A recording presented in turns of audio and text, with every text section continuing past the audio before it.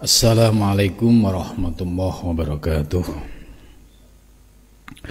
Ila khandarati Nabil Mustafa Rasulillah sallallahu alaihi wasallam wa ila ikhwanihi minal anbiya wal mursalin wal awliya wa syuhada wa syolikin wal malaikatil muqarrabin, khususan musannif hadal kitab Syekh Muhyiddin Ibn Arabi wa khususan masyayihim wa khususan asyaddi wa saddi wa khususan laumul fatihah. A'udzu billahi minasyaitonir rajim. Bismillahirrahmanirrahim. Alhamdulillahi rabbil alamin arrahmanir rahim maliki yaumiddin. Iyyaka na'budu wa iyyaka nasta'in ihdinas siratal mustaqim. Siratal ladzina an'amta 'alaihim ghairil maghdubi 'alaihim waladdallin.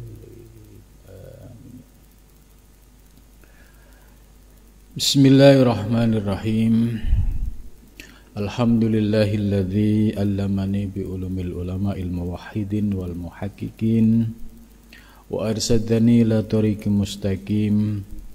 Wassalatu wassalamu ala sayyidil wujud wal arwah nabiyyina Muhammadin sallallahu alaihi wasallam alladzi jaa'a bisyari'ah wat tariqah wal haqiqah wal ma'rifah wa ala alihi wa ashabi ajmain, amma ba'du. Rabbi shrah li sadri wa yassir li amri wahlul 'uqdatam min lisani yafqahu qawli, amin. Subhanaka la ilma lana illa ma 'allamtana innaka antal alimul hakim. La haula wa la quwata illa billahil aliyyil azim. Malam ini kita melanjutkan pengajian kitab Al-Futuhat Al-Makkiyah karya Syekh Muhyiddin Ibn Arabi. Kemudian akan dilanjutkan pengajian kitab Ad-Durrun Nafis karya ulama Nusantara, yaitu Syekh Nafis Al-Banjari. Mudah-mudahan dengan mengkaji dua kitab ini kita mendapatkan pencerahan dari ilmu-ilmu hakikat yang terurai dalam kitab tersebut. Pembahasan Al-Futuhat sudah sampai pada halaman 102, masih pada fil ma'arif, tentang kemakrifahan yang membahas tentang rahasia-rahasia huruf. Waslun, ya, fanaqulu, maka kami berkata, ya. Qala musannif, waslun fanaqulu faqauluhu dzalikal kitabu, ya. Yaitu setelah alif lam mim ada kalimat dzalikal kitab. Fanaqulu, maka kami berkata, faqauluhu, maka bermula firman-Nya Allah yang berbunyi dzalikal kitabu, ya, ini surat Al-Baqarah, ya, setelah alif lam mim. Dzalikal kitabu la raiba fih. Ini dzalikal kitab akan diurai oleh Syekh Muhyiddin Ibn Arabi. Apa maksud dari isim isyarah dzalika? Gitu. Ba'da qauli, setelah firman-Nya Allah alif lam mim. Alif lam mim sudah dibahas, ya, cukup panjang oleh Syekh Muhyiddin Ibn Arabi, ya. Sampai terakhir itu dijelaskan bahwa alifnya itu adalah dzatul kalimah, lamnya dzatu ainis sifah, dan mimnya ainul fi'li. Jadi dzat, sifat, dan af'al. Sekarang yang dibahas dzalikal kitab, ya, dzalika ini menurut ilmu nahwu disebut isim isyarah. Ya, isim isyarah untuk mudzakkar ya untuk makna bait, ya istilahnya kata tunjuk itu menunjukkan satu jarak, beda dengan isim isyarah hadza. Kalau hadza ini bertemu, tapi kalau itu ya menunjukkan satu jarak yang jauh ya dari orangnya. Maka hadza bimakna qarib, sedangkan dzalika bimakna ba'id ya. Apa makna dzalikal kitab? Isyaratun ila maujudin biyadin, yaitu isyarat yang menunjukkan satu wujud ya, biyadin dengan tangan. Jadi maksudnya menunjukkan sebuah maujud yang tidak dekat, tapi yang namanya nunjuk, oh itu barangnya, itu berarti itu ada jarak, sehingga menggunakan isim isyarah dzalika. Beda dengan dekat. Kalau dekat hadzal kitab, ini kitab. Itu. Kalau jauh dzalikal kitab. Itu. Anna fihi, sesungguhnya di dalam makna ya dzalika ya isim isyarah tadi, budan memiliki makna jauh. Ya. Nah, ini kajian dari sisi gramatikal nahwu shorob. Nah, kemudian nanti bagaimana kajian dari sisi hakikatnya. Kalau dari sisi ya, ilmu nahwu, bahwa dzalika itu isim isyarah yang menunjukkan makna bait jauh ya, untuk mudzakkar. Di sini baru diurai wasababul bu'di dan bermula sebabnya jauh ya. Kenapa sih kok pakai dzalika gitu? Kenapa enggak pakai alif lam mim hadzal kitabu? Nah, kan bisa pakai.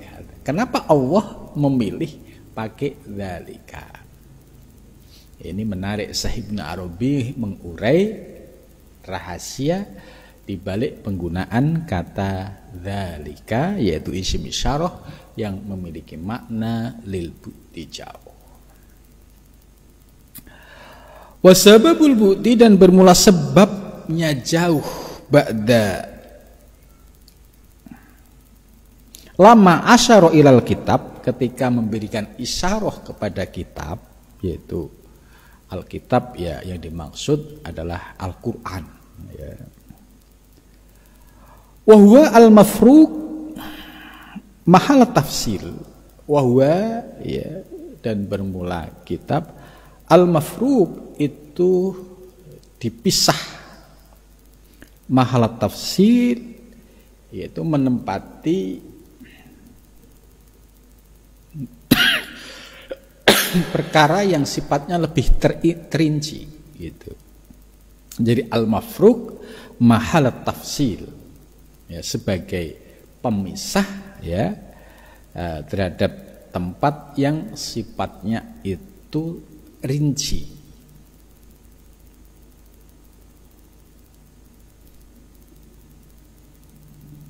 Ya. Jadi maksud Alkitab ini ya, yaitu Al-Qur'anul Karim. Al-Qur'anul Karim ini memiliki penjelasan yang komplit, terutama soal tauhid ya, soal akidah, juga soal syariah dan muamalah. Jadi ini sebagai al-mafruq, pemisah pada posisi tafsil. Artinya persoalan-persoalan yang ada di dalam Al-Quran ya, terkait dengan alam semesta ya, itu sudah komplit. Gitu. Hanya saja ketika ada hal-hal yang sifatnya ijmal di dalam Al-Quran, itu dijelaskan secara tafsil oleh al-hadis. Jadi ada penjelasan uraiannya, artinya ada uraian teknisnya. Ya, contoh ya, seperti soal sholat ya, di Al-Quran itu ayat-ayat yang berkaitan dengan perintah sholat itu aqimus sholah atau aqimis sholah, laksanakan sholat. Kemudian soal uraian waktu ya, ada berapa waktu sih ya, kemudian ada berapa rakaat sih sholat itu. Nah, itu diurai oleh hadis. Ini fungsi hadis, yaitu mengurai, menjelaskan dari penjelasan yang sudah ada di dalam Al-Quran. Wa udkhila harful lam, dan dimasukkan huruf lam fi dzalika ya, dimasukkan huruf lam pada dzalika wa hiya tu'addinu bil bu'ti fi hadzal maqam ya, yaitu menunjukkan makna jauh pada makom ini ya.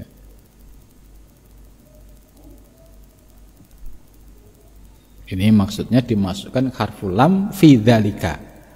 Kan bisa dzaka, bisa dzalika. Kenapa menggunakan lam? Ya, ini tu'adzinu bil bu'di fi hadzal maqam. Wal isyaratu, dan bermula isyarah ya. Nidaun itu nida, panggilan, ala roksil bu'di, atas pokok yang jauh, inda ahlillah, menurut para ahlillah. Ahlillah itu ya, istilah ini sering digunakan untuk para sufi atau orang-orang yang menekuni ya, kajian tasawuf, tarekat, hakikat. Ini termasuk ahlillah ya.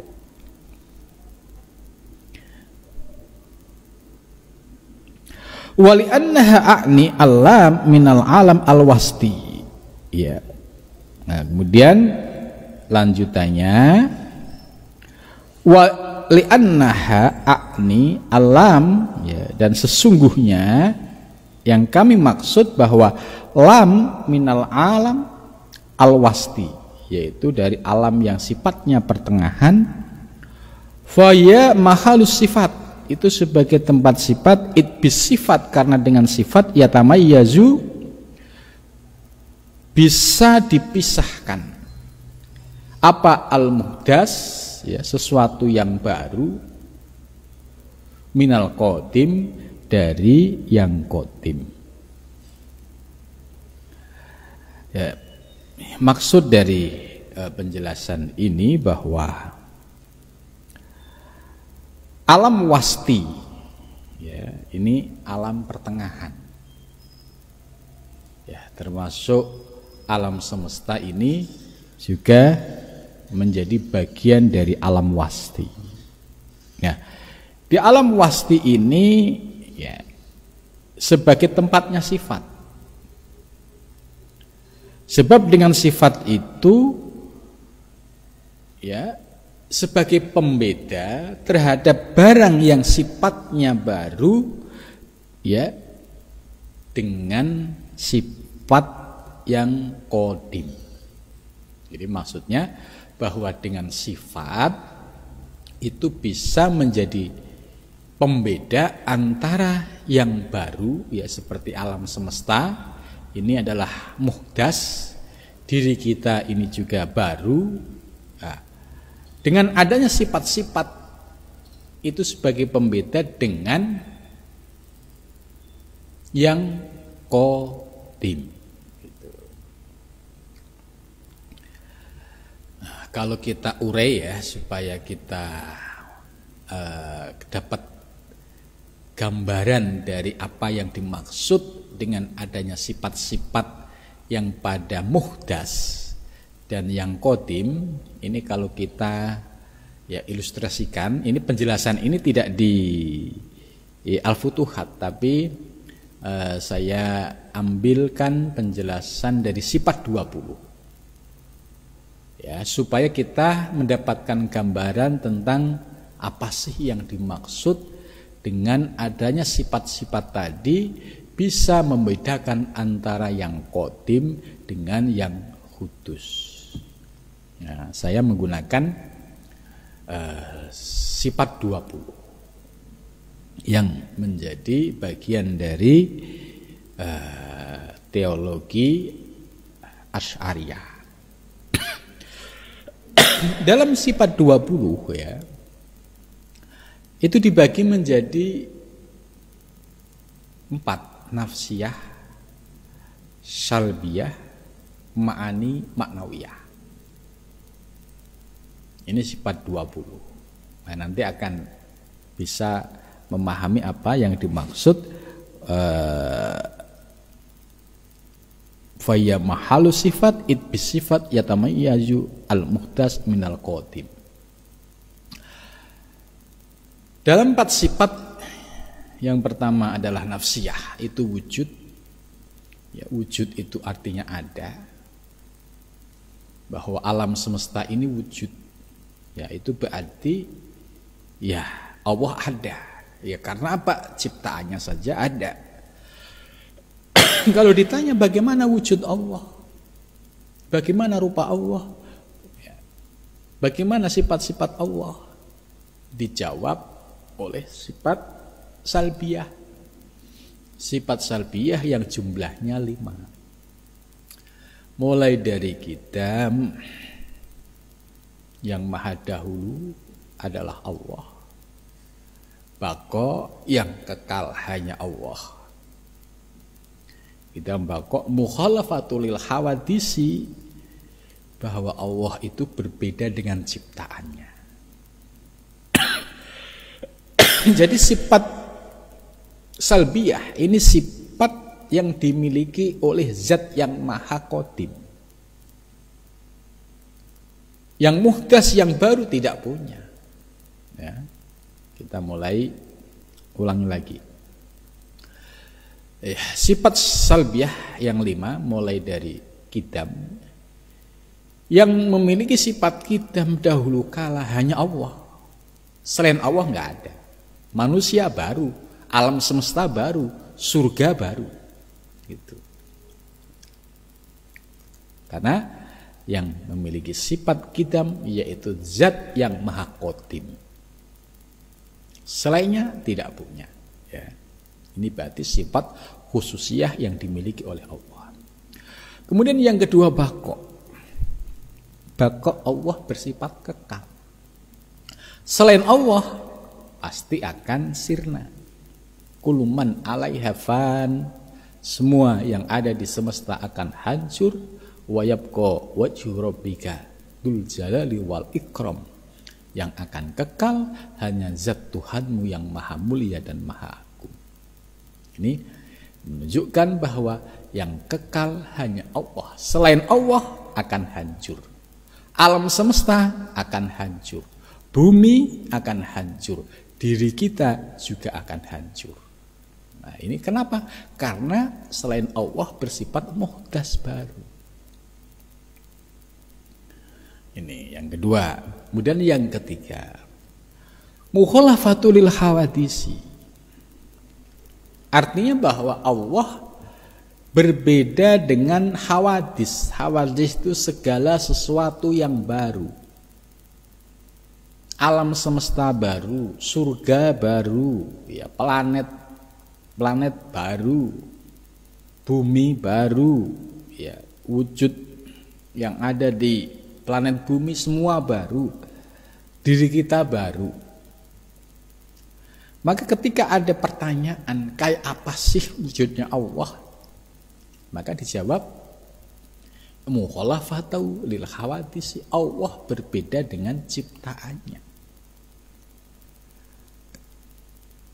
Di ayat Al-Quran sudah dijawab, laisa kamislihi syai'un, tidak ada sesuatu yang ada di alam semesta ini yang menyerupai Allah.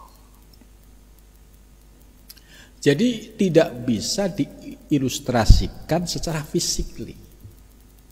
Itu. Ini mukhalafatu lil hawadisi. Kemudian ada pertanyaan, di mana Allah? Ya, karena Allah ini berbeda dengan makhluknya, dengan ciptaannya, maka jawabannya bahwa Allah meliputi seluruh ciptaannya. Muhitun. Itu.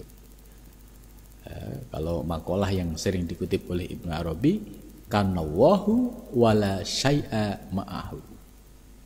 Itu. Ini yang ketiga. Kemudian qiyamuhu binafsihi, ya, ini menunjukkan bahwa Allah itu zat yang maha segala-galanya. Jadi Allah tidak membutuhkan pertolongan kepada apapun dan siapapun. Ini menunjukkan independensi sifat Allah. Ya, Allah tidak bisa dipengaruhi, diintervensi oleh siapapun. Dan Allah juga tidak perlu bantuan apapun dari siapapun. Karena Allah sudah maha segala-galanya. Maka qiyamuhu binafsihi menegaskan bahwa Allah sebagai zat yang maha kuasa, yang segala-galanya. Selainnya berarti ya dia adalah seorang hamba yang penuh dengan kekurangan, penuh dengan kekhilafan, penuh dengan ya inilah yang disebut sifat-sifat hamba. Maka yang layak memiliki sifat-sifat yang demikian itu ya hanya Allah. Selain Allah tidak punya. Itu. Kemudian wahdaniyah, ya Allah itu esa. Esa itu tidak ada duanya. Ya, apalagi sampai ada yang menyerupai misalkan, itu pun tidak, karena Allah wahdaniyah esa. Lah, sifat 5 ini yang disebut salbiyah, ini sifat khusus yang dimiliki oleh Allah Subhanahu wa taala, zat yang maha qadim. Nah, ini untuk membedakan dengan sifat-sifat yang lainnya. Allah juga punya sifat yang disebut ma'ani. Ma'ani itu mulai dari kudroh, irodah, ilmu, hayat, sama, basor, kalam. Ini juga sifat Allah. Ini disebut sifat ma'ani. Tapi sifat ma'ani ini ya hakikatnya milik Allah. Yang kudroh kuasa ya hanya Allah. Yang punya kehendak Allah. Yang mendengar Allah. Yang melihat Allah. Yang berbicara Allah. Yang hidup Allah. Jadi kudroh, irodah, ilmu, hayat, sama, basor, kalam, itu semua sifat-sifat Allah. Namun demikian, ya, ada makhluk, ada ciptaannya yang diberikan percikan dari sifat-sifat ilahiyah tadi. Ya. Contoh makhluk atau manusia. Manusia ini ciptaan Allah. Dia menjadi ada karena diadakan oleh Allah.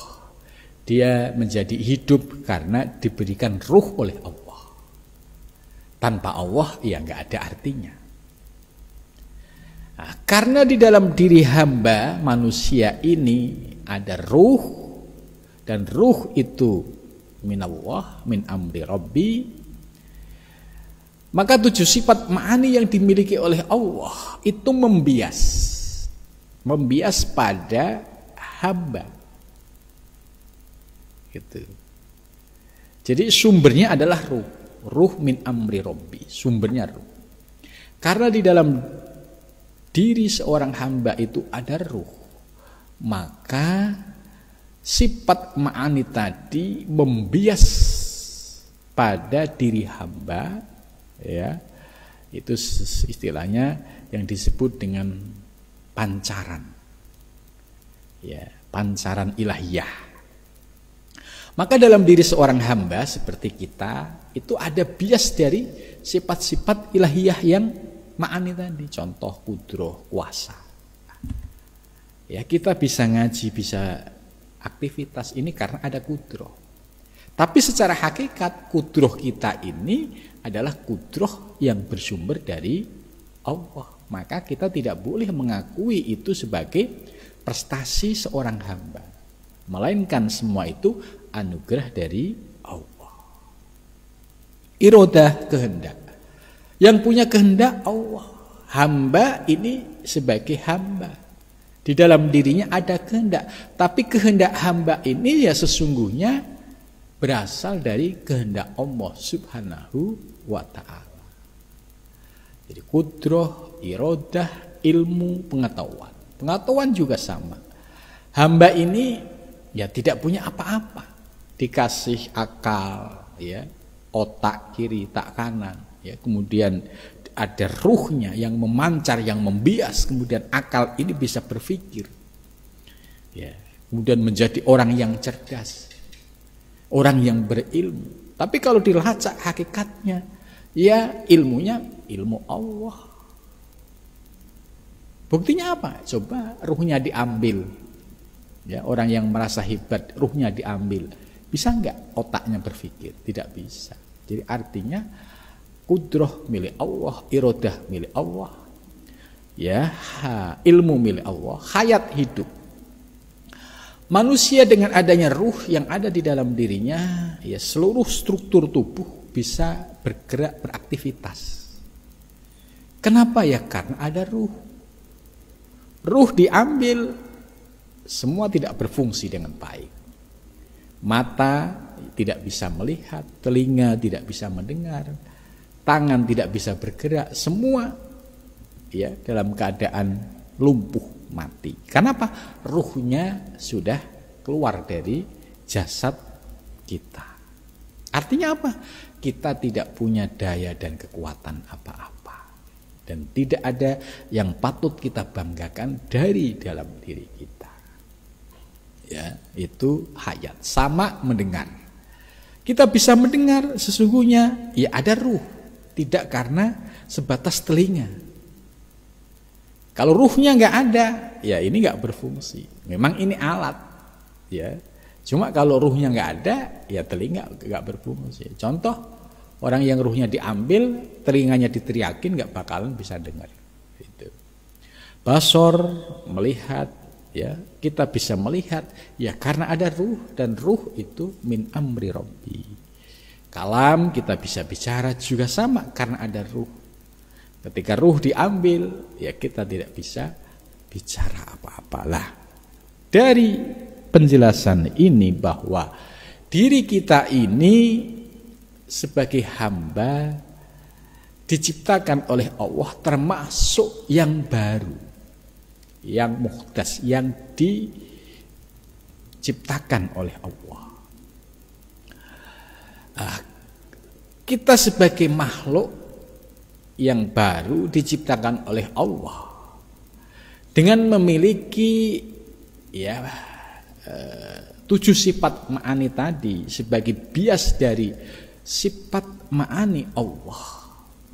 Maka akhirnya ketika kita bisa memahami secara hakiki, ya muncul kesadaran bahwa diri kita ya sesungguhnya sebagai hamba yang doif, yang fakir, yang hina, yang tidak punya daya apa-apa. Itu.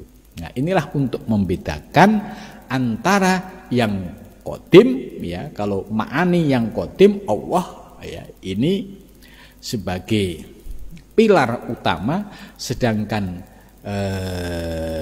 seorang hamba karena di dalam dirinya ada ruh, kemudian ada bias 7 sifat ma'ani, maka hakikatnya 7 sifat ma'ani yang ada di dalam diri hamba hakikatnya dari yang maha qadim. Gitu. Maka inilah yang dimaksud bahwa bisifat yatamayyazul muhdas minal qadim. Jadi dengan adanya sifat itulah menjadi pembeda sifat ini.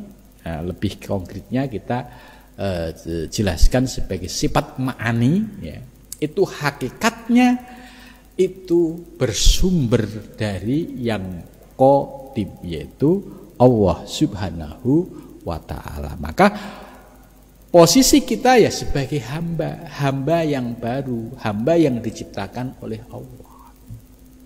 Maka tidak patut seorang hamba ngaku-ngaku sebagai Tuhan. Nah, itu yang sering terjadi penyimpangan, ya. Dia hamba, makhluk biasa, ya. Kemudian karena terbawa oleh imajinasi dan tipu daya, ya, akhirnya sampai ngaku sebagai Tuhan. Nah, ini salah dalam memahami, ya, penjelasan ilmu-ilmu yang disampaikan oleh para sufi. Seorang hamba ya hamba. Kita adalah hamba yang baru. Hamba yang baru kok mengaku sebagai Tuhan. Ini yang seringkali ya terjadi pengakuan-pengakuan seperti itu, ya, seolah-olah memposisikan dirinya itu sebagai wujud Allah, padahal dia hamba. Kalau tidak punya duit pusing, kalau nggak punya nggak makan juga pusing, tapi kok mengaku hamba. Maka kalau ada seorang hamba yang masih doyan makan kok ngaku-ngaku Tuhan, ya itu jelas itu bagian dari fakta penyimpangan terhadap ajaran-ajaran para sufi. Ya hamba ya hamba. Maka Rasulullah SAW menegaskan soal posisi ini. Ana basyarum mislukum kul, ya. Innama ana basyarum mislukum. Sesungguhnya aku Muhammad bin Abdillah itu basyarum mislukum, makhluk seperti kalian. Gitu. Artinya kalau makhluk berarti dia sesuatu yang baru. Zatnya dari air, api, angin, tanah. Gitu. Kalau tidak makan ya lapar. Kalau tidak minum ya haus. Karena ini sifat-sifat dari kemakhlukan. Yang membedakan yuha ilayya.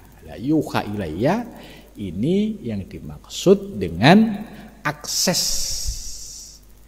khusus yang dimiliki oleh para nabi, para wali yang memiliki koneksi langsung kepada sumber ilmu, yaitu Allah Subhanahu wa ta'ala. Jadi Rasulullah sendiri sudah mengajarkan bahwa ana basyarum misluhum, yang membedakan hanya yuha ilayya. Maka ketika datang wahyu disampaikan kepada umat, yaitu tugasnya nabi, tugasnya rasul. Nah, jadi artinya bahwa wahyu itu ya sumbernya dari Allah, nabi hanya menyampaikan. Gitu.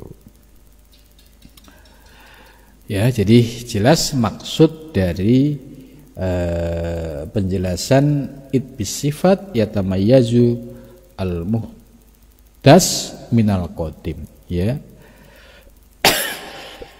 Dengan sifat ma'ani tadi akhirnya bisa menjadi pembeda antara yang baru dengan yang qadim. Jangan sampai yang baru ngaku-ngaku yang qadim, atau dicampur aduk, baru dianggap qadim.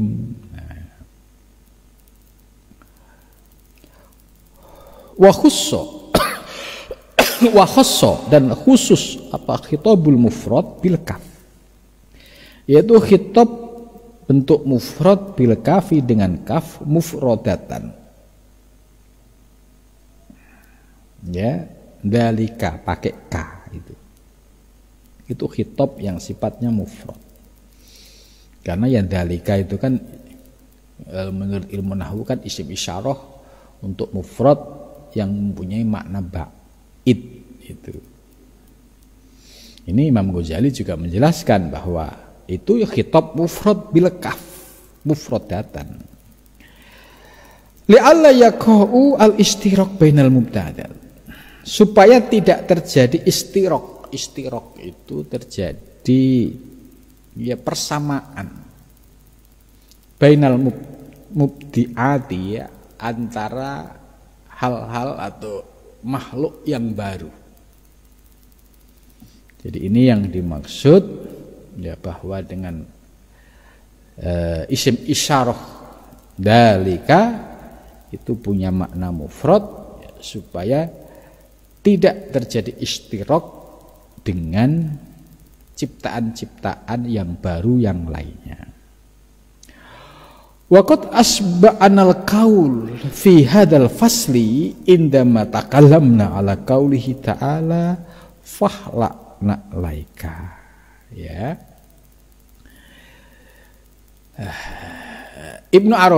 Syekh Ibnu Arabi, ya, menjelaskan dari keterangan di atas, ya,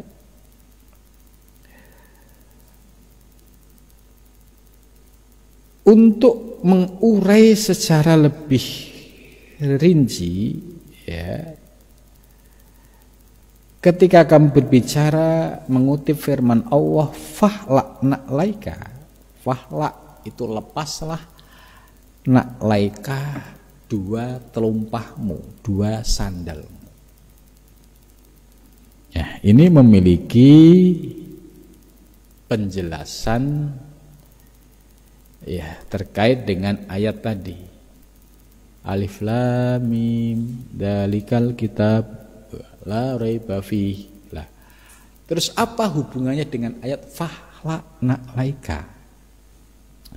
Ayat fahla'na laika ini sering ditafsiri oleh para sufi, ya, seorang salik yang menuju Allah itu harus bisa melepas telumpah. Telumpah itu sandal, ya. Sandal itu yang menjadi pijakan, ya. Nak laika itu bisa dipahami akal, bisa dipahami nafsu. Ya, seorang salik kalau pengen menuju Allah, ya, lepaskan dua telumpahmu, yaitu satu hawa nafsumu, dua akalmu. Ini makna dari tafsir lain. Tapi Syekh Ibnu Arabi nanti akan mengaitkan tafsir fahla'na laika dengan alif lam mim. Ya, kita akan baca selanjutnya. Fahla'na laika ini surat Toha ayat 12. Min kitabil jam'i wa tafsil, ya, dari kitab jam'i. Jam'i itu sifatnya mengumpulkan, wa tafsil itu mengurai atau perincian. Nah, ini baru diuraikan. Ai ikhla, maksudnya ikhla, lepaslah. Apa yang dilepas? Alam, yaitu lam wal mim dan mim. Yaitu kan ikhla nak laika. Lepas dua telumpahmu, lepaskan dua sandalmu, ya. Lepaskan dua pijakanmu. Nah, terkait dengan alif lam mim, Syekh Muhyiddin Ibn Arabi menjelaskan fahla'na laika ay ikhla alam wal mim, ya. Jadi lepaskanlah simbol lam dan mim, kan, alif lam mim, kan.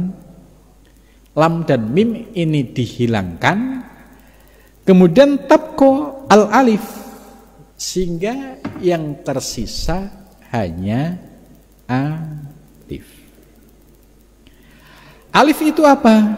Alif itu sifatnya al-munazzah, yaitu yang bersifat tanzih. Tanzih itu dalam ilmu kalam, yaitu yang sifatnya maha suci, sifat-sifat yang hanya dimiliki oleh Allah, itu tanzih. Kebalikan tanzih itu tasbih, ya. Makhluk alam semesta ini tasbih. Allah yang qadim ini tanzih. Lah, simbol alif ini oleh Syekh Ibnu Arabi, ya, sifatnya adalah al-munazzah, sifatnya adalah maha suci. Maha suci anis sifati, dari segala sifat. Ini. Ya, ini menarik dari penafsiran Syekh Ibnu Arabi terkait ayat fahla laika. Ya. Fahla ay ikhla lepaskan, yaitu huruf lam dan mim, sehingga tabqa tersisa adalah al-alif. Nah, penjelasan yang sebelumnya ya itu sudah diurai oleh Syekh Ibnu Arabi bahwa alif itu yang dimaksud dzatul kalimah, sedangkan lam dzatus sifat, mim itu ainul fi'li. Kalau kita urai lagi ya, bahwa lam itu sifat. Ya, kemudian mim itu af'al. Jadi af'al, kemudian sifat. Af'al dan sifat ini dihilangkan. Maka yang tersisa hanya satu, yaitu dzat. Nah, ini disimbolkan dengan huruf alif. Nah, jadi maksudnya bahwa alif lam mim ya dikaitkan dengan ayat fahla'na laika, yaitu lepaslah huruf lam dan mim. Lam itu simbol dari sifat, mim itu simbol dari af'al. Kalau sifat dan af'al itu dilepas, maka yang ada hanya simbol alif, yaitu alif sebagai zat, dan alif ini yang bersifat munazzahat, yaitu maha suci. Nah, kalau kaitannya dengan sifat 20 pas. Jadi alif ini berarti sifat munazzahat sama dengan sifat salbiyah. Jadi sifat Allah yang ada pada sifat salbiyah ini disebut sifat munazzahat, maha suci. Yang bersifat qadim, qidam hanya Allah. Baqo hanya Allah. Mukhalafatul lil khawadisi hanya Allah. Qiyamu binafsi hanya Allah. Wahdaniyah hanya Allah. Maka yang memiliki sifat yang munazzahat, yang masuk dalam salbiyah ini hanya Allah. Itu. Jadi ini dalam rangka untuk memahami hakikat ya alam semesta. Ya sesungguhnya af'al, perbuatan yang ada di alam semesta, kemudian sifat-sifat yang ada pada hamba itu sesungguhnya ya dapat disirnakan sehingga yang kekal hanya simbol huruf alif, yaitu yang dimaksud adalah zat Allah yang qadim. Itu. Jadi relevan dengan kullu man 'alaiha fan wa yabqa wajhu rabbika dzul jalali wal ikram. Kullu man 'alaiha fan, lam dan mim ini akan sirna karena ini sifat dan af'alnya makhluk. Kemudian yang kekal wa yabqa wajhu rabbika, yaitu simbol alif. Simbol alif maksudnya adalah zat yang maha suci, yang maha qadim. Jadi uraian Ibnu Arabi ya cukup luar biasa ini. Ya saya kira cukup sampai di sini ya, mudah-mudahan dengan penjelasan ini ya semakin tambah wawasan. Nah, bagi yang belum paham, yang istilahnya baru kenal ya sudah didengarkan saja. Ya, kalau nanti ada anugerah ya mudah-mudahan bisa dibukakan. Karena ini penjelasan ini ya penjelasan yang sifatnya khusus, yang berkaitan dengan rahasia huruf alif lam mim, dan ini ya termasuk penafsiran sufistik yang cukup mendalam. Mudah-mudahan kita bisa diberikan anugerah, bisa memahami dan juga bisa mengamalkan dalam kehidupan sehari-hari.